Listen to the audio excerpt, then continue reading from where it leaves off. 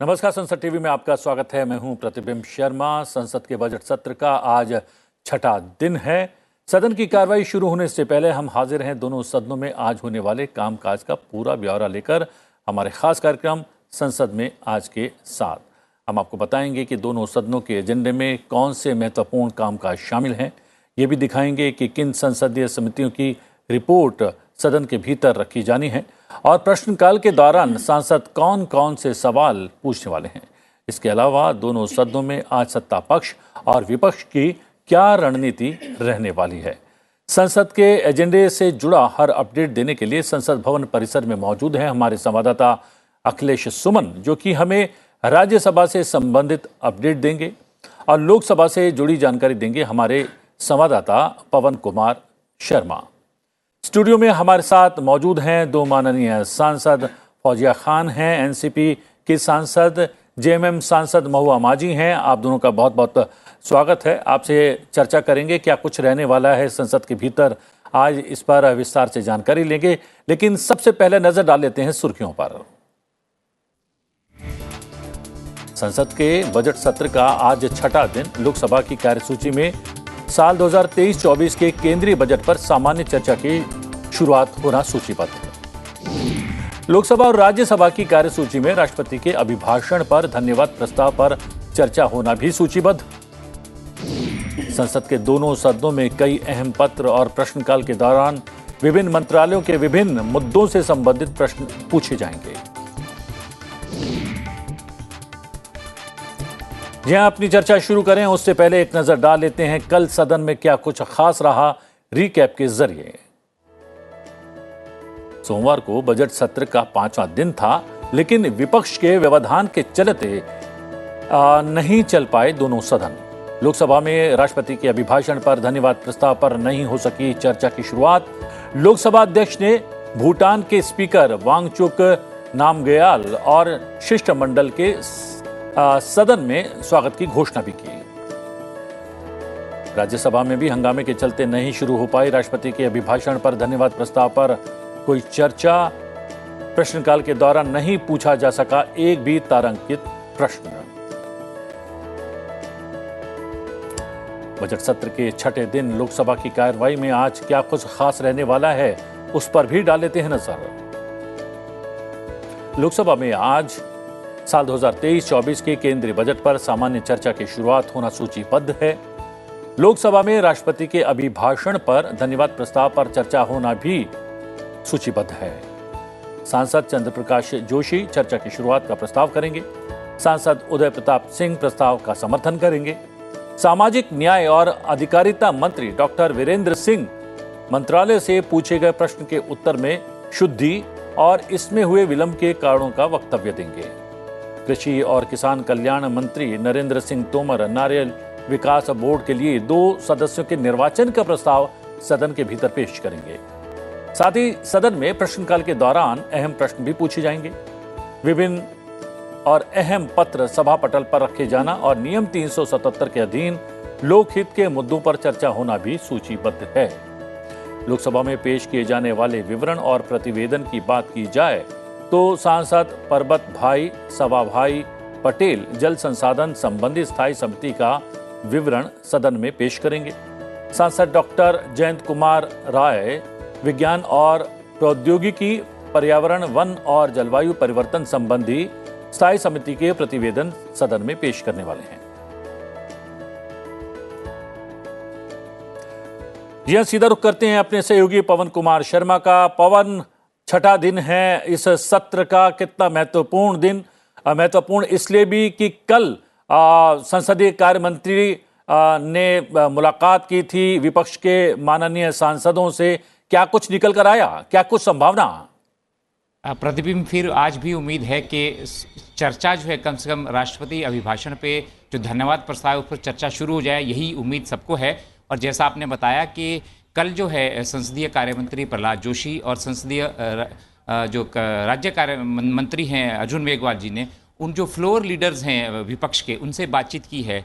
अधीर रंजन चौधरी जो कांग्रेस के संसदीय दल के नेता हैं उनसे बातचीत हुई है और फिर टी.आर. बालू से बातचीत हुई है डीएमके के, उसके साथ ही टीएमसी के सुदीप बंदोपाध्याय से बातचीत हुई है। और इसमें एक बात जो निकल के सामने आई है, जो विपक्ष की तरफ से इंडिकेशन मिली है कि ये कम से कम चर्चा की शुरुआत तो होनी चाहिए, जो एक परंपरा है, परिपाटी है राष्ट्रपति के अभिभाषण के बाद, क्योंकि 31 जनवरी को राष्ट्रपति का भाषण हुआ था और ये छठा कार्य दिवस है प्रतिबिंब जी। तो चर्चा की शुरुआत नहीं हो पाई है, ना लोकसभा में ना राज्यसभा में।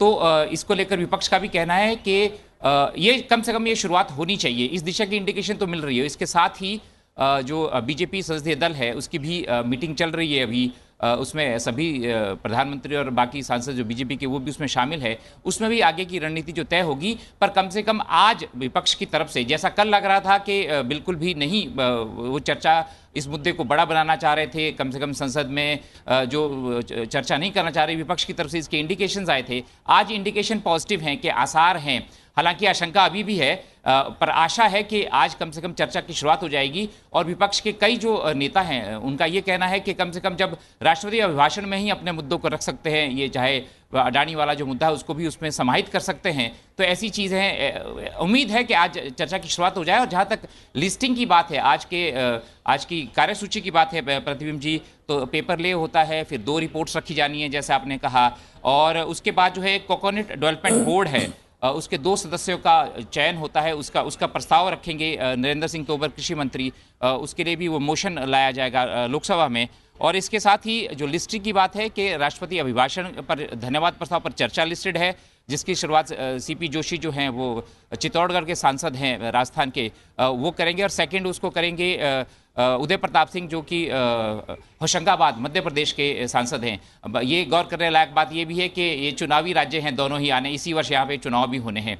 तो ये चर्चा की शुरुआत हो ऐसी सभी चाहते हैं। और इसके साथ ही केंद्रीय बजट पर जो चर्चा है वो भी लिस्टेड है प्रतिबिंब जी, सामान्य चर्चा जो है वो उम्मीद है कि राष्ट्रपति भाषण के साथ ही होगी और कम से कम शुरुआत जरूर हो जाएगी, ऐसी उम्मीद है। जी जी, चलिए अभी तक की अपडेट के लिए धन्यवाद। वापस आपके पास आएंगे फौजिया खान जी। यहाँ पर मेरे सहयोगी ने बताया कि उम्मीद पर दुनिया कायम है और आज उम्मीद की जा रही है कि संसद की कार्रवाई सुचारू रूप से चलेगी और राष्ट्रपति के अभिभाषण पर धन्यवाद प्रस्ताव पर जो चर्चा जो सूचीबद्ध है, लगातार सूचीबद्ध हो रही है, छठा दिन हो जाएगा संसद की कार्रवाई को, लेकिन चर्चा शुरू नहीं हो पाई है, चर्चा शुरू हो पाएगी। आपको क्या लगता है?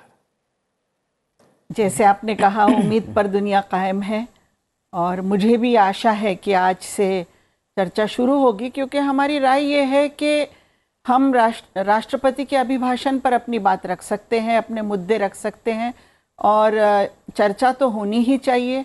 तो उम्मीद है कि सारी पार्टियों का एक कंसेंसस बनता है और आज हम चर्चा की शुरुआत करेंगे। जी महुआ जी।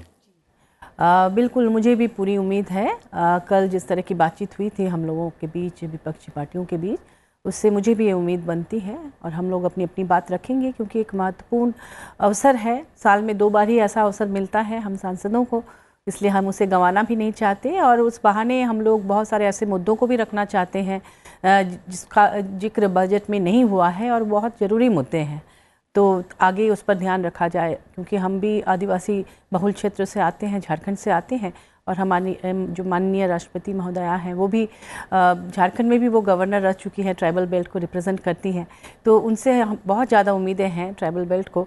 तो कुछ उम्मीदें यहाँ पूरी नहीं हुई हैं, उस पर भी हम बात करना चाहिए। लेकिन बजट में ने तो दिल खोल दिया है आदिवासी क्षेत्रों के लिए और आदिवासियों के लिए, वनवासी। जी, दरअसल वहाँ समस्याएं इतनी अधिक हैं कि इससे कोई संतुष्टि नहीं है, क्योंकि आप जानते हैं कि मानव तस्करी और इस तरह की जो घटनाएं होती हैं उसका कारण वहाँ रोजगार की कमी है, शिक्षा में बहुत ज़्यादा आगे वो लोग नहीं आ पाती हैं, तो स्कूल की ज़रूरत है, स्वास्थ्य की ज़रूरत है। स्वास्थ्य के कारण ही कई बार डायन हत्या तक हो जाती है। स्वास्थ्य माने चिकित्सा सुविधा न रहने की वजह से भी डायन हत्याएं होती हैं, क्योंकि लोग ओझा गुनी के चक्कर में पड़ते हैं। तो ये बहुत सारी समस्याएं जिस पर माइन्यूटली विचार नहीं किया गया है। ऊपर बैठ के, जैसे ड्राइंग रूम में बैठ के कोई प्रस्ताव आप लाते हैं, उस पर स्वीकृति और मुहर लग जाती है, उससे नहीं होगा। ज़मीनी स्तर पर काम करना होगा, तभी जाकर हमारे राज्य का भी और इस देश का भी विकास हो सकता है। जी, हमने फौजिया जी, हम 2-3 मिनट हम लोगों ने बात की है, लेकिन 2-3 मिनट की बात में महुआ जी ने बहुत सारे बिंदु जो हैं अपने क्षेत्र की जनता से संबंधित यहाँ पर जो है एक्सप्रेस किए हैं। जब चर्चा होती है तो ही चीज़ें सामने आ पाती है। तो सबसे बड़ी बात यह है कि संसद के भीतर विषय कोई भी हो, उन विषयों पर चर्चा होनी चाहिए। तो और उसके लिए ये भी आवश्यक है कि संसद की कार्रवाई आबाद गति से चले। तो कितना महत्वपूर्ण हो जाता है चर्चा होना संसद के भीतर और दोनों सदनों के भीतर? चर्चा होना तो बहुत महत्वपूर्ण है, चर्चा होनी ही चाहिए, चर्चा में से ही रास्ते निकलते हैं। लेकिन कभी कभी ऐसा होता है कि कुछ प्रायोरिटीज़ ऐसे होते हैं जिस पर विपक्ष चर्चा करना चाहता है और वो मान्य नहीं होते हैं, उस पर विपक्ष की नाराज़गी देखने को मिलती है। तो कभी सिर्फ नियम और रूल्स रेगुलेशंस बताकर अगर जनता के जो असल मुद्दे हैं उन पर बात करने से अगर सरकार इनकार करती है तो फिर प्रॉब्लम हो जाता है। वरना सबसे सही रास्ता तो यही है कि चर्चा के माध्यम से ही सॉल्यूशंस निकले। जी, लेकिन हमने देखा था कि पिछले बार विपक्ष की ओर से एक माननीय सांसद, उन्होंने सदन के बाहर कुछ कहा था और काफ़ी सत्ता पक्ष की तरफ से काफ़ी शोर शराबा सदन के भीतर हुआ था। तो उन्होंने इस बात का स्पष्टीकरण दिया था कि भाई मैंने सदन के भीतर बात नहीं की, जो विषय सदन के भीतर हुआ नहीं है उसको लेकर सदन की कार्रवाई नहीं चलने देना, ये कितना उपयुक्त है फौजिया जी? मुझे तो ये उचित नहीं लगता है, क्योंकि सदन के बाहर बात करने के लिए हमारे संविधान ने हमें अधिकार दिया है, हमारा freedom of expression and speech है। तो अगर बाहर बात होती है तो इस पर सदन में इसका इम्पैक्ट हो, ये उचित नहीं लगता है। लेकिन अफसोस की बात है कि ऐसा हुआ है। हमारे साथ प्रफुल्ल केतकर जो हैं वरिष्ठ पत्रकार हमारे साथ जुड़ गए हैं। आपका बहुत बहुत स्वागत है।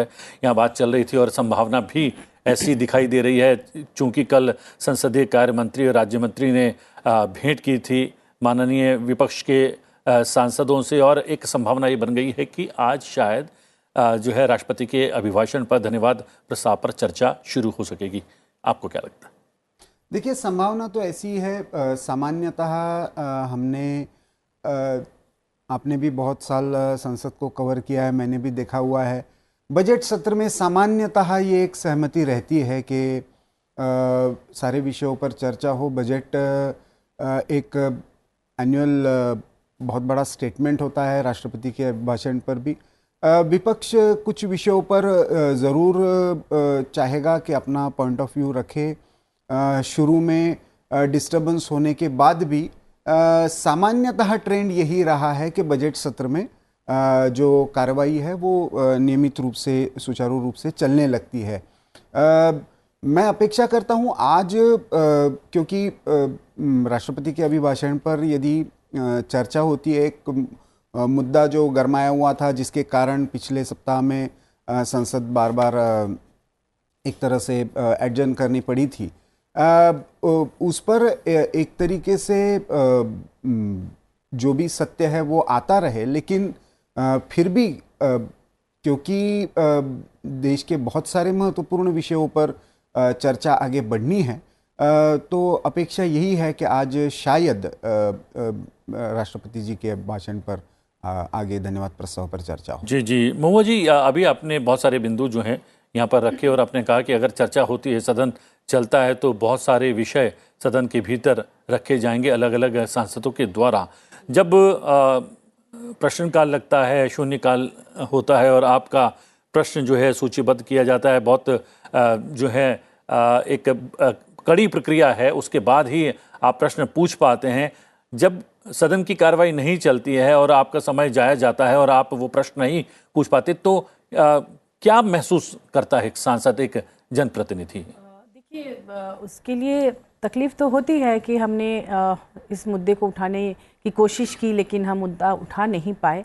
लेकिन जब उससे भी बड़ा कोई मुद्दा आ जाए और देश हित का मुद्दा आ जाए और लगे कि ये सभी मुद्दों से बड़ा मुद्दा है और जनता हमारी तरफ देख रही है कि हम उस बात को रखें, उस पर चर्चा हो, उसका कोई सॉल्यूशन निकले, तब हमें ऐसा लगता है कि हम विपक्षी एकजुट होकर उसके लिए आवाज़ उठाएं। जैसे अडानी मुद्दे को लेकर जो कल हम लोगों ने वहाँ पर बहिष्कार किया और जिस तरह से हम लोगों ने गांधी स्टैचू के नीचे विरोध दर्ज किया, वो एक ऐसा मुद्दा है कि हमारे देश का हर नागरिक हमारी तरफ देख रहा है और वो चाहता है कि इस पर माननीय प्रधानमंत्री जी भी कुछ बोलें और उस पर चर्चा हो, क्योंकि ये देश हित में है और इससे बहुत ज़्यादा नुकसान होने वाला है आने वाले दिनों में। इसलिए हम लोगों ने अपने तमाम प्रश्नों को गौण समझा और इस मुद्दे को लेकर हम लोग सामने आए और उसी का विरोध अभी भी है। लेकिन चूंकि महामहिम राष्ट्रपति का जो अभिभाषण है उस पर चर्चा करना भी ज़रूरी है और ये सत्र बहुत छोटा है, इसलिए शायद आज ये तय हो जाए कि आज बात रखी जाए अपनी अपनी। जी फौजी जी, ये माना जाता है मतलब है भी ये कि भारत विश्व का सबसे बड़ा लोकतांत्रिक देश है और संसदीय प्रक्रिया को देखने के लिए अलग अलग प्रतिनिधि मंडल लगातार भारत आते रहते हैं, संसद का दौरा करते हैं। अभी हाल में भी भूटान का एक प्रतिनिधि मंडल आया हुआ है, इसके अतिरिक्त जाम्बिया का भी प्रतिनिधि मंडल आया था।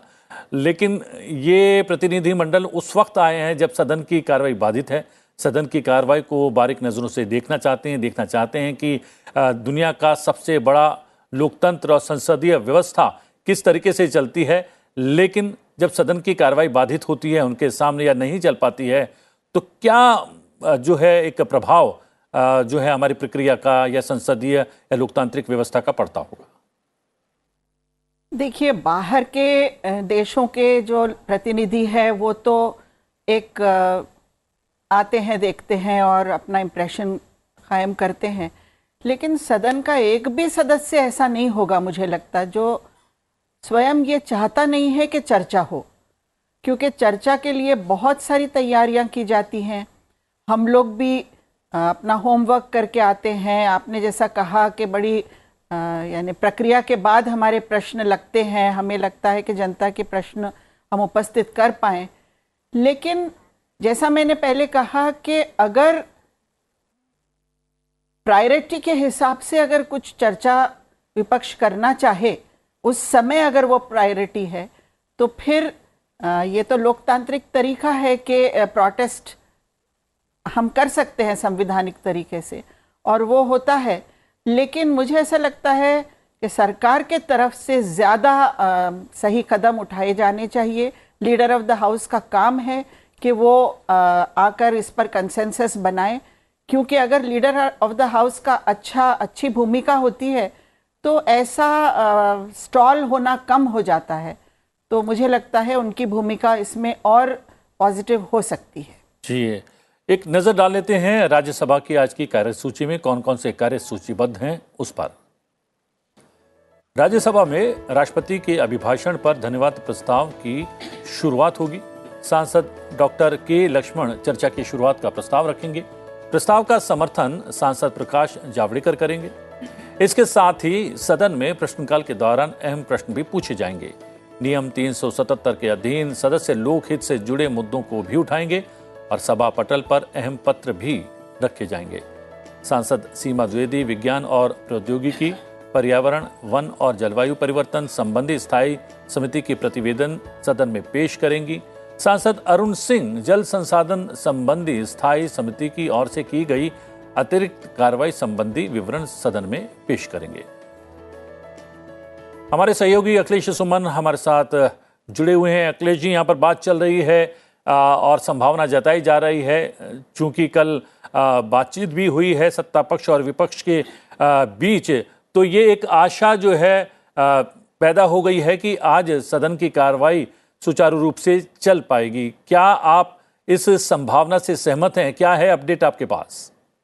देखिए, प्रतिबिंब जो सबसे अहम बात यह है कि विपक्ष के अंदर लगातार इस बात पे चर्चा हो रही थी डे वन से ही कि वे किस तरीके से इस मामले को लें, और जो एक सहमति थी अभी तक वो सहमति यही थी कि अभी सदन को अवरोधित करना है।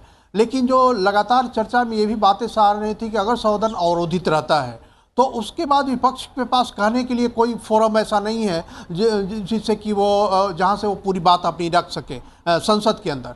तो इस बात पे लगातार चर्चा के बाद कल से ये बातें होने लगी हैं। कांग्रेस के अंदर भी इस बात पे जोर पकड़ने लगा है कि सदस्य जो है वो चर्चा में भाग ले, धन्यवाद प्रस्ताव पे ही चर्चा में भाग ले। और चूंकि जो गैर भाजपा सदस्य हैं उनकी संख्या बहुत ज़्यादा है राज्यसभा में, तो राज्यसभा में उनको बोलने का ज़्यादा मौका मिलेगा, तो इस तरीके से उनकी आवाज़ आ पाएगी। लेकिन जो अभी जो मुझे जानकारी मिली है कि जो LOP है, लीडर ऑफ अपोजिशन राज्यसभा में, उन्होंने भी अपना एक दिया है प्रस्ताव 267 के तहत कार्य स्थगन प्रस्ताव। तो अब चर्चा अभी चल रही है, अभी विपक्ष जो है पूरा बैठा हुआ है 10 बजे और उनके अंदर ये बात चल रही कि किस तरीके से इसको किया जाए। कुछ लोग यह भी कह रहे हैं कि देखिए ऐसा अगर स्थिति आएगी तो हम वॉकआउट कर सकते हैं, लेकिन वॉकआउट अगर करेंगे तो विपक्ष को बोलने का मौका नहीं मिलेगा। तो इन सारी बातों को देख के लगता है कि फर्स्ट हाफ में हो सकता है अवरोध और प्रतिरोध हो, लेकिन सेकेंड हाफ जो 2 बजे से शुरू होगा उसमें इस बात की संभावना ज़्यादा है कि चर्चा में भाग ले विपक्ष। लेकिन अंत में देखिए जब 11 बजता है और जैसे ही सदन की कार्रवाई शुरू होती है उस समय भी विपक्ष का कुछ नज़रिया सामने आता है, अंतिम समय में वो भी निर्णय लेते हैं। तो इसमें अभी तत्काल यह कहना बहुत ही संभव नहीं होगा, लेकिन जो संभावनाएं हैं 90% संभावना इस बात की है कि 2 बजे के करीब चर्चा की शुरुआत हो पाएगी राज्यसभा में। जी प्रश्नकाल और शून्यकाल भी है, उससे संबंधित विषय पर भी हम आपसे चर्चा करेंगे, लेकिन एक एक प्रतिक्रिया ले लेते हैं अपने स्टूडियो में आए गेस्ट से। फौजा जी, जैसा कि हमारे सहयोगी बता रहे थे और आपसे सहमति भी जता रहे थे कि आज संभावित रूप से चर्चा हो पाएगी, लेकिन जैसा कि यहाँ पर बात चल रही थी, आपने कहा कि कुछ विषय ऐसे आ जाते हैं सदन के भीतर कि जो आप अपने जनता, आप अपने संसदीय क्षेत्र या फिर और अन्य जो महत्वपूर्ण विषय हैं उनको जो है परे रखना पड़ता है और उस विषय को उठाना पड़ता है जो आपको लगता है कि वो कहीं ना कहीं वो पूरे राष्ट्र के परिदृश्य को कहीं ना कहीं रिफ्लेक्ट करते हैं। लेकिन आपकी जो संसदीय क्षेत्र की जनता है, जब शोर होता है सदन के भीतर, सदन की कार्रवाई नहीं चल पाती है तो थोड़ा सा वो भ्रमित हो जाता है, उसको समझ नहीं आता कि विषय आखिर चल रहा है, क्योंकि बहुत सारे नियम ऐसे हैं जिन नियमों के तहत आप सदन में उस विषय पर चर्चा की मांग कर सकते हैं, और जब चर्चा होती है तब वो विषय जो है पूरे देश भर में और आपके संसदीय क्षेत्र के जनता को भी कहीं ना कहीं समझ आता है। तो चर्चा होना बेहद महत्वपूर्ण हो जाता है सदन के भीतर। बिल्कुल, चर्चा होना बहुत महत्वपूर्ण है, होना भी चाहिए, और हर सदस्य की यही इच्छा होती है कि चर्चा सदन में होती रहे, क्योंकि जितने सदस्य हैं, हर सदस्य अपने लाखों लोगों का प्रतिनिधित्व करने वाला सदस्य होता है और जनता की अपेक्षाओं को ही सदन में लाने की कोशिश करता है। तो मजबूरी यहाँ यही हो जाती है कि जिस सब्जेक्ट को विपक्ष जो चाहता है कि जनता की ये अपेक्षा है कि ये बात उठी जाए, तो उस वक्त वो होती नहीं है, इसलिए ये प्रॉब्लम हो जाता है। लेकिन मुझे लगता है कि अब ठीक तरह से चर्चा शुरू हो जाएगी और इस चर्चा में भाग लेते हुए राष्ट्रपति के अभिभाषण पर खास तौर पर अनेक ऐसे मुद्दे हैं जो हम सब भी यहाँ उपस्थित करना चाहते हैं और वो हमको मौका मिलेगा।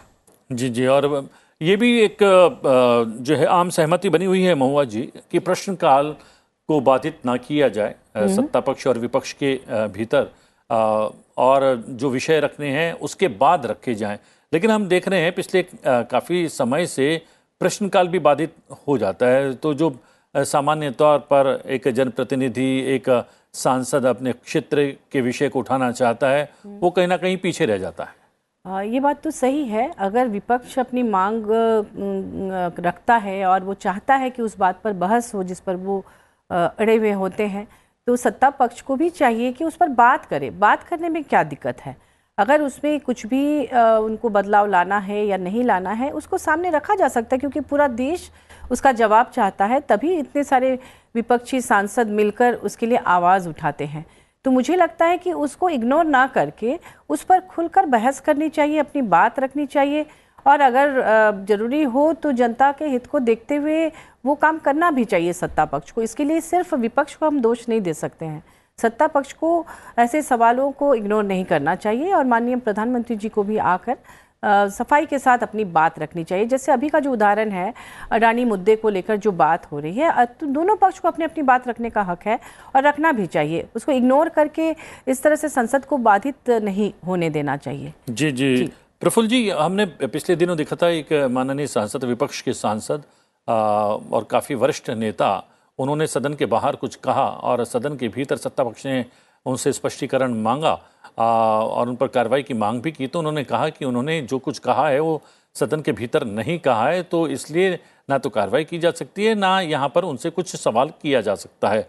जो विषय चल रहा है, जिसको लेकर विपक्ष इन दिनों हमलावर है सदन के भीतर भी, और कार्रवाई नहीं हो पा रही है सदन के भीतर कुछ भी, तो क्या दोनों विषयों में आप कुछ तुलनात्मक रूप से समानता देखते हैं?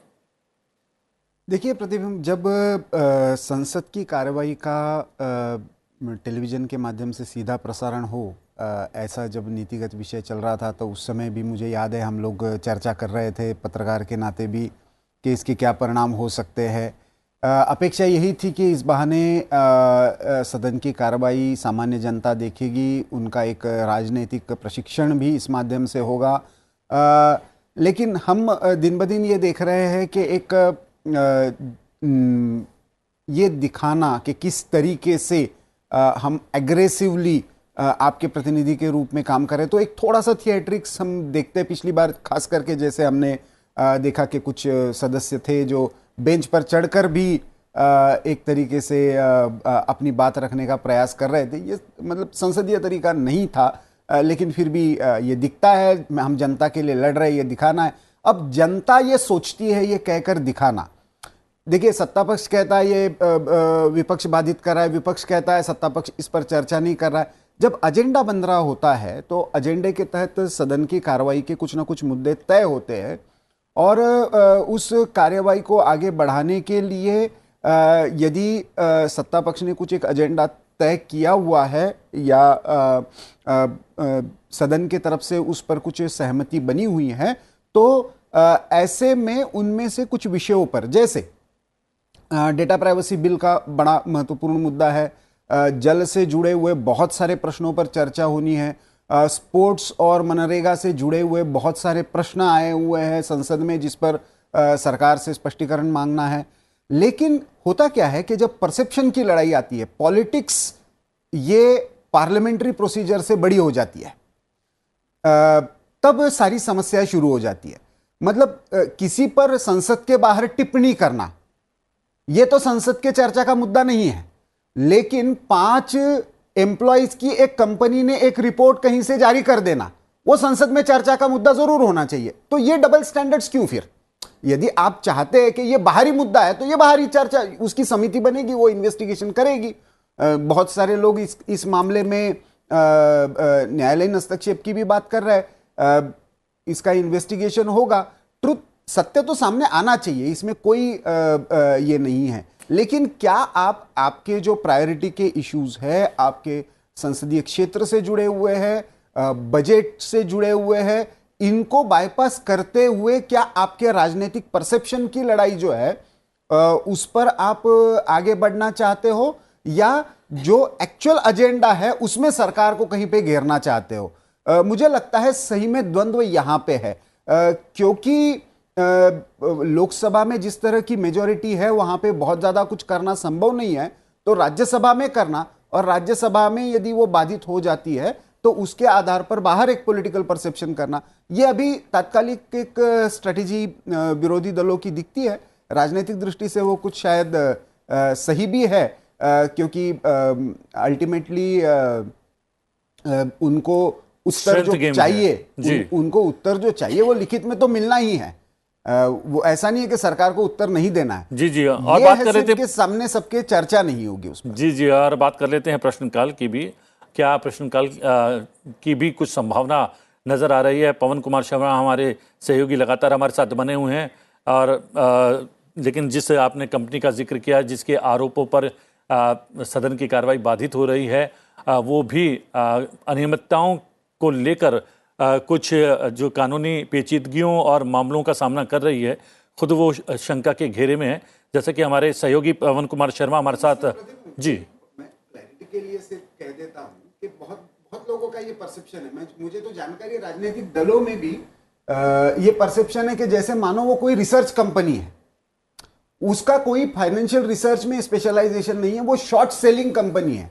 मार्केट में वोलेटाइल मार्केट होता है, चढ़ाव उतार होता है तो उसमें से वो कमाई करने वाली कंपनी है, तो उसके वेस्टेड इंटरेस्ट क्या है, इस पर भी मुझे लगता है चर्चा होगी। जी जी, और ये भी महत्वपूर्ण है फौजिया जी, अगर कोई हमारे देश का व्यवसाय जो कि सैकड़ों हजारों लोगों को रोजगार देता है, वो कहीं ना कहीं हमारी जीडीपी में, हमारी अर्थव्यवस्था में अपना इनपुट देता है, अगर उसके ऊपर कोई एलिगेशन कोई लगाता है और उसके शेयर गिरते हैं और लाखों करोड़ों का लोगों को नुकसान हो जाता है, तो इसमें ये क्या एक प्रसन्नता का विषय होना चाहिए राजनीतिक तौर पर भी, एक देशवासी होने के नाते? क्योंकि चाहे माननीय सांसद हो, मंत्री हो, चाहे आम लोग हो, सब भारत के नागरिक पहले हैं, भारत पहले, इंडिया फर्स्ट पहले होना चाहिए किसी भी व्यक्ति के लिए।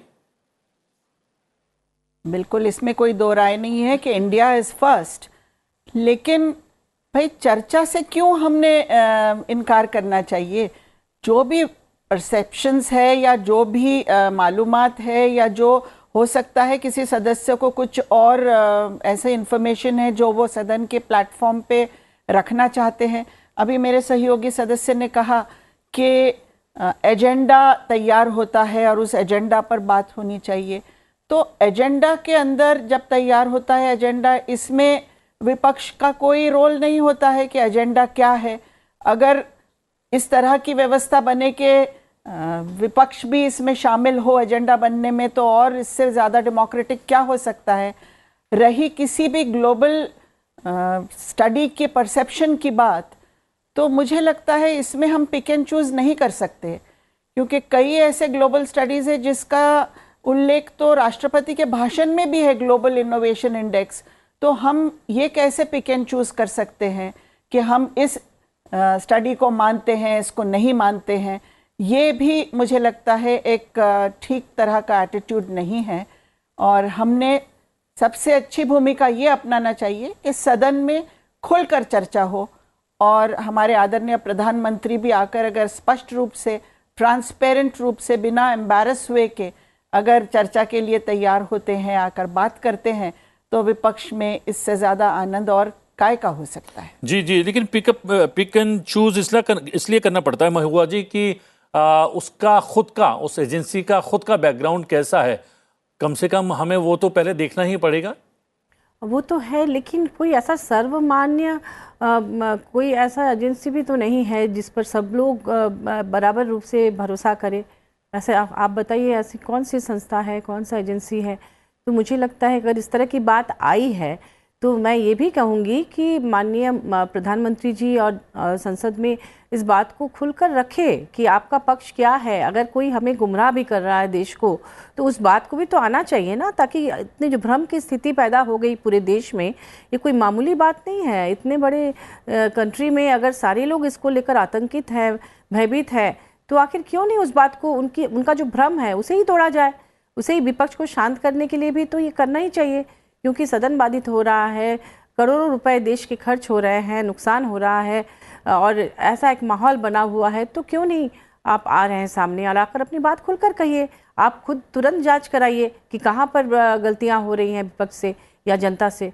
तो मुझे लगता है इस तरह से समस्या से भागने से नहीं होगा, उसका सामना करना चाहिए डटकर देश को। जी, प्रफुल्ल जी के पास मैं आऊँ इसके उत्तर के लिए। मेरे सहयोगी पवन कुमार शर्मा मेरे साथ फिर से जुड़ गए हैं। पवन, यहाँ पर बात चल रही है कि राष्ट्रपति के अभिभाषण पर, धन्यवाद प्रस्ताव पर क्या चर्चा आज शुरू हो पाती है या नहीं हो पाती है? प्रश्नकाल की क्या स्थिति लग रही है और क्या महत्वपूर्ण प्रश्न आज पूछे जाने हैं? प्रतिबिंब बस यही बात है कि प्रश्नकाल भी सुचारू रूप से नहीं चल रहा, शून्यकाल भी नहीं चल रहा। ये दोनों ऐसे अवसर है जब जनता के मुद्दे देश के सामने आते हैं, और जो भी जनप्रतिनिधि होते हैं उनकी इच्छा रहती है कि वो अपने इलाके के, अपने संसदीय क्षेत्र के मामलों को संसद में रखे और उनका समाधान हो। ये जो है अभी तक तो वॉश आउट हुआ है प्रश्नकाल और शून्यकाल, पर आज उम्मीद है सदन चलने की, जैसा कि विपक्ष की तरफ से इंडिकेशन है। जहाँ तक लोकसभा की बात है प्रतिबिंब, आज बहुत महत्वपूर्ण प्रश्नकाल रहने वाला है। कृषि और किसान कल्याण से संबंधित 8 प्रश्न हैं, सीधा किसानों से जुड़ता है।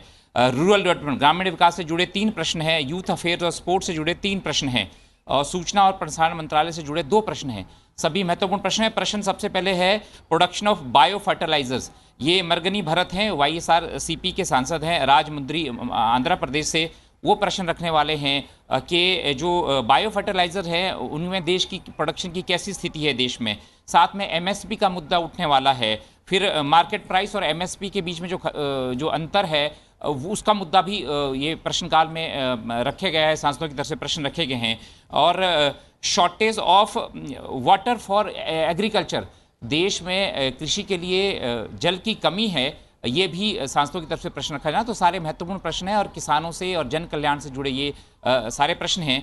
इसके अलावा फूड प्रोसेसिंग इंडस्ट्री से वहाँ पे रोजगार की क्या स्थिति है, ये प्रश्न है। डीएम के सांसद हैं धनुष कुमार, वो पूछने वाले हैं। मनरेगा में जो वेज रेट है उसको लेकर पूरे देश में एक समान जो है वो उसको दिहाड़ी मिले मनरेगा के तहत, ऐसा भी ये एन रेड्डप्पा है वाईएसआरसीपी के चित्तूर आंध्र प्रदेश से, वो ऐसा प्रश्न रखने वाले हैं। यानी अगर प्रश्नकाल होता है तो बहुत महत्व के अलग अलग क्षेत्रों से जुड़े हुए प्रश्न आज माननीय सांसद संबंधित मंत्रियों और मंत्रालय से पूछने वाले हैं। बहुत बहुत धन्यवाद पवन आपका। प्रफुल्ल जी जिस तरीके से बता रहे थे हमारे सहयोगी, और हम देखते हैं कि चाहे सांसद सत्ता पक्ष के हों या विपक्ष के हों, जब भी सदन के भीतर या फिर हमारे इस स्टूडियो में आते हैं, चर्चा करते हैं, तो वो किसानों और गांव और देहात के विषय बहुत जो है पुरजोर तरीके से उठाते हैं। और आज किसानों और गांव देहात से जुड़े हुए बहुत महत्वपूर्ण प्रश्न पूछे जाने वाले थे, लेकिन अगर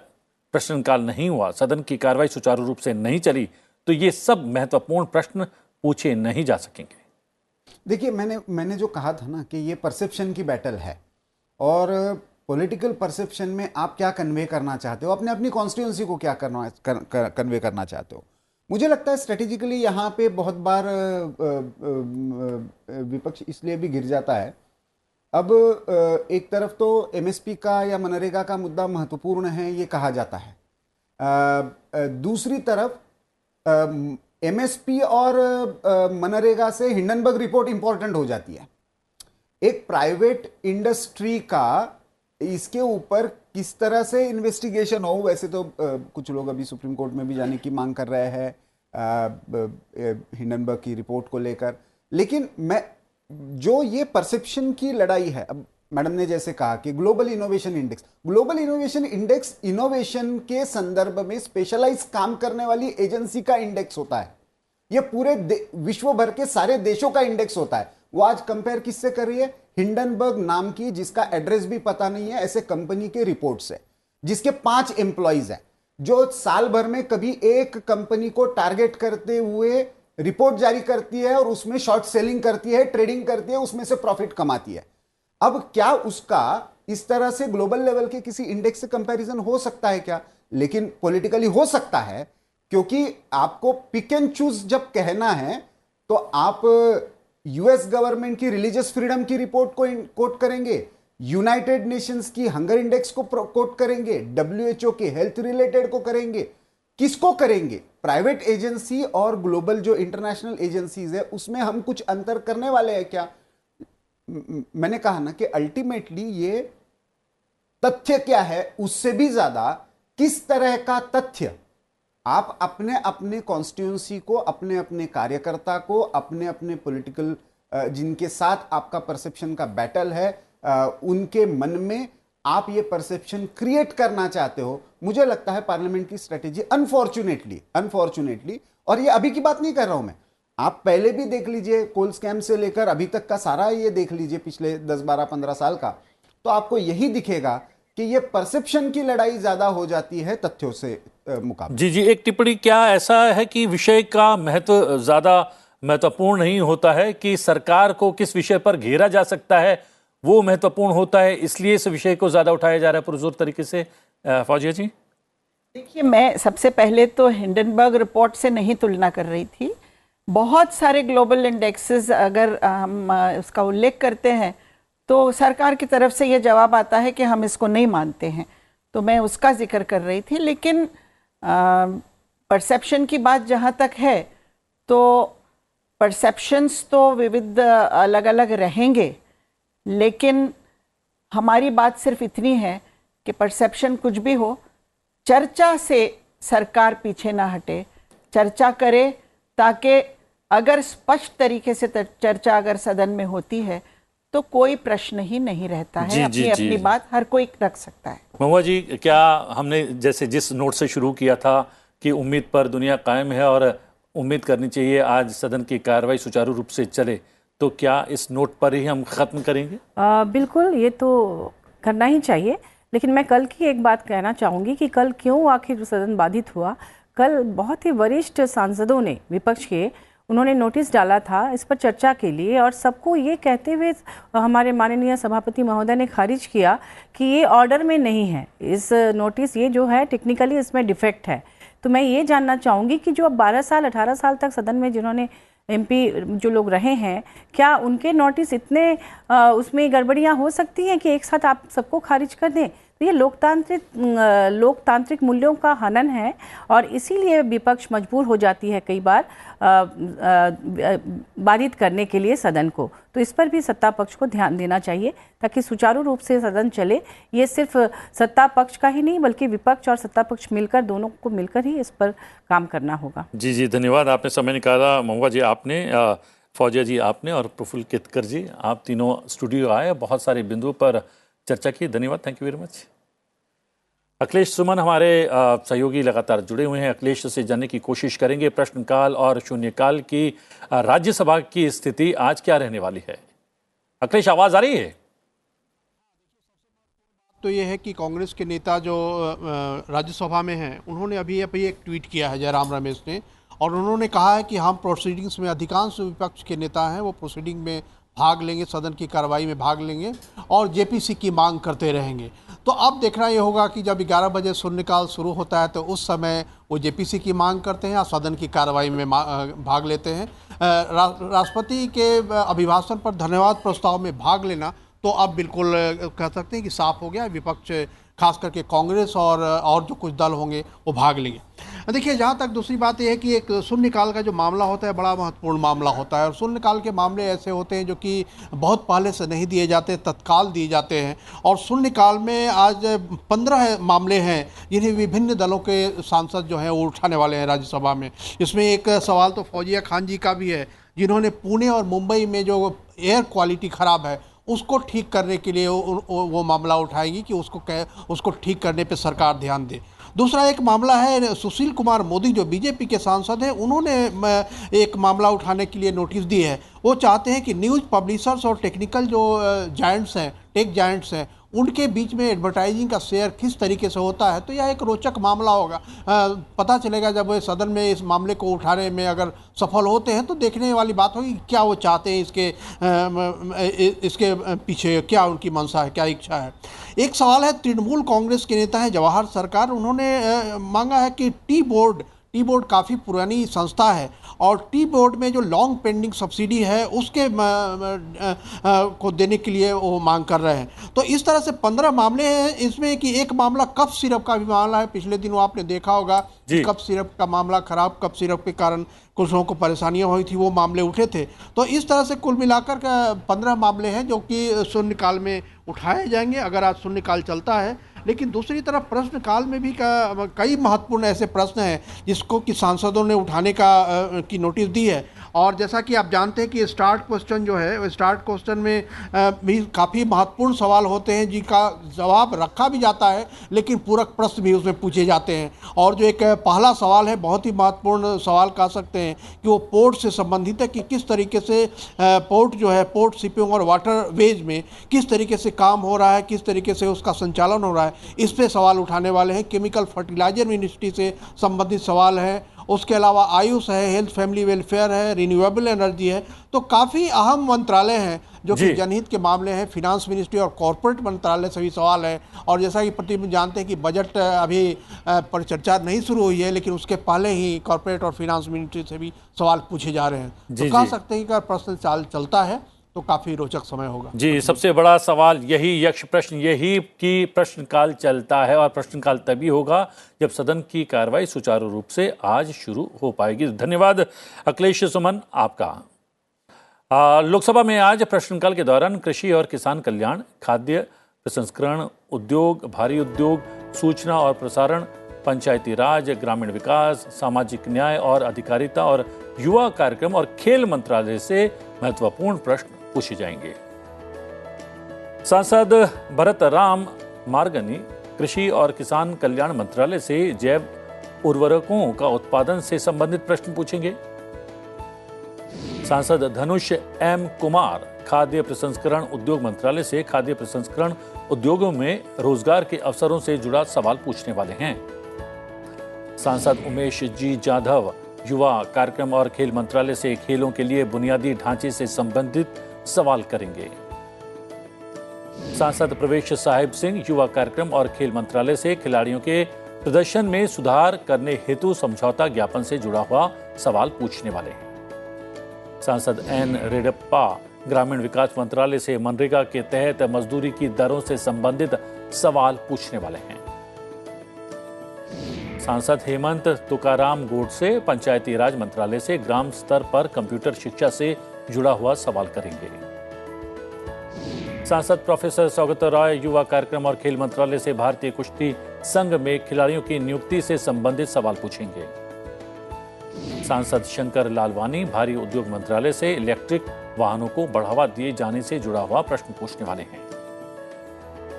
सांसद चंद्रशेखर बेल्लाना कृषि और किसान कल्याण मंत्रालय से भूमि अवक्रमण यानी कि डिग्रेशन के प्रभाव से संबंधित सवाल पूछेंगे।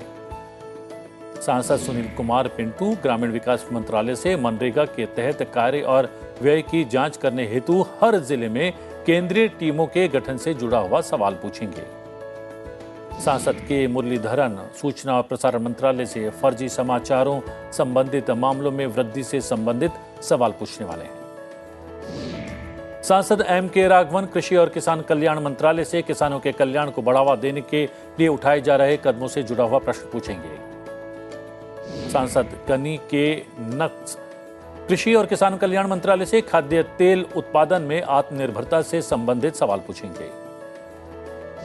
सांसद गिरीश भालचंद्र बापट कृषि और किसान कल्याण मंत्रालय से मोटे अनाज यानी कि मिलेट के उत्पादन और खपत से जुड़ा हुआ सवाल पूछने वाले हैं। सांसद डॉक्टर गदम रंजीत रेड्डी कृषि और किसान कल्याण मंत्रालय से एमएसपी की प्रभावकारिता से संबंधित सवाल पूछेंगे।